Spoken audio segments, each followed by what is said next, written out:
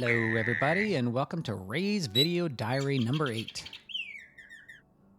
At this point of the story, I want to say a good 8 to 10 years went by. Not surprisingly, I really thought about Ray often. Where Ray was adopted from wasn't really convenient for my daily drive, so I never really made a point to go over there and ask if he's still coming in, if he's still getting his nails done. Conveniently, though, they moved the business right where I work. With that being the case, I went in often. At the beginning, I really liked the place. I wanted to throw them as much business as I could because I liked what they were doing. One day I was in there working with a bird as I really wanted to get another bird. After having Malcolm for a good year, I felt it was time to get a second bird. I would visit this bird often, maybe 3-4 times a week. The bird never really liked me. I tried really hard, but I eventually got to a point where I had to give up. On the final visit, I felt sadly defeated. I felt that was it. When I came out, I noticed the woman that I remembered from back in the day was standing at the counter. I asked her if she ever sees Ray or if she ever remembered Ray, for that matter. I mean, it was a long time. At this point, when I was working with that bird, maybe a month plus has passed, and I just casually asked her out of the blue if she ever sees Ray. Her response knocked me back. She told me that Ray was in the back. Now, when I was there working with that other bird, I came into a room that had a few caiques, and when I walked back there, I noticed in the larger bird room that there were probably 3 or 4 caiques. Maybe I'm remembering that wrong, but I remembered one looking like Ray. And I asked the person that was working there, a young kid, if these birds were up for sale. Because, I mean, I would have loved to have, gotten a caique, and that one looked like Ray. There was one there that looked exactly like Ray. So I asked him, and he said, no, these are birds that are being boarded for customers. I was bummed. So I walked out of the room, and that's when I walked up to her. And it reminded me about Ray, because when I walked up to her, that was the first thought. I was like, man, that bird looked like Ray. So when she said that, it all kind of was like, oh my God, that was Ray. So, but all I could think is, what are the odds? What are the odds that Ray was right there, 8, 9, 10 years later? I don't know exactly how long it was. It was a lot of time. And my first thought was, can I see him? I've missed him for a very long time, and I have history with him. So all I wanted to do was see if he remembered me. Her response was, of course. So she went, she got him, and she brought him out. I never had any issues with that woman. She was very nice, always professional, always just enjoyed what she did. And if of anybody that appreciates somebody that is doing a job because they love what they're doing, I had full respect for her. I mention this because of something that I will talk about later in the story. So when she brought him out, I just initially started to build up a bit of emotion inside. It's like, oh my God, it's Ray. It's Ray. So the first words that came out of my mouth is, Ray, do you remember me? And I have the memory or the vision in my head every time I think about that, of him bouncing up and down as Ray does, as I've shown on video, and giving a little whistle, and he went to me, and I just started crying. I mean, I don't say crying. I mean, I would say my eyes filled with tears, but I was happy. I was like, I knew, because the kid said that these birds were being boarded, so obviously I knew that Ray wasn't there for any reason other than his people probably went out of town for a little bit. At this point, it was hard. I didn't want to let him go.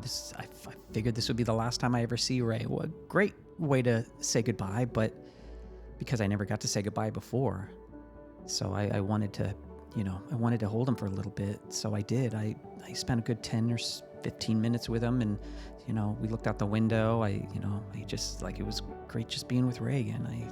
I was happy. I was happy to have him. At this point, I handed Ray back, and I asked them, what's the story with Ray in the back? I was curious.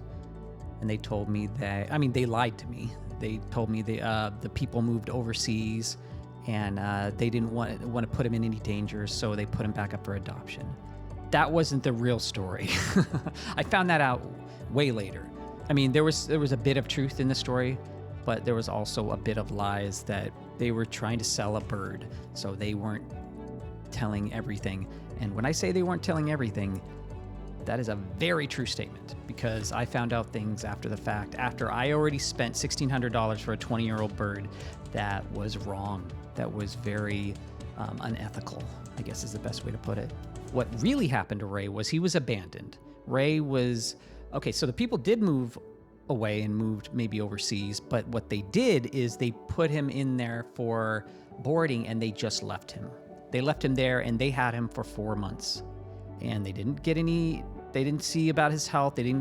Which they could have, because our local pet vet is the one pet vet we have in the surrounding area, and Ray had a history there, and they actually were able to get that info after I got him because I had questions, because there were things going on with him that I needed to know about. But just to bring the story back, at the moment, I was excited.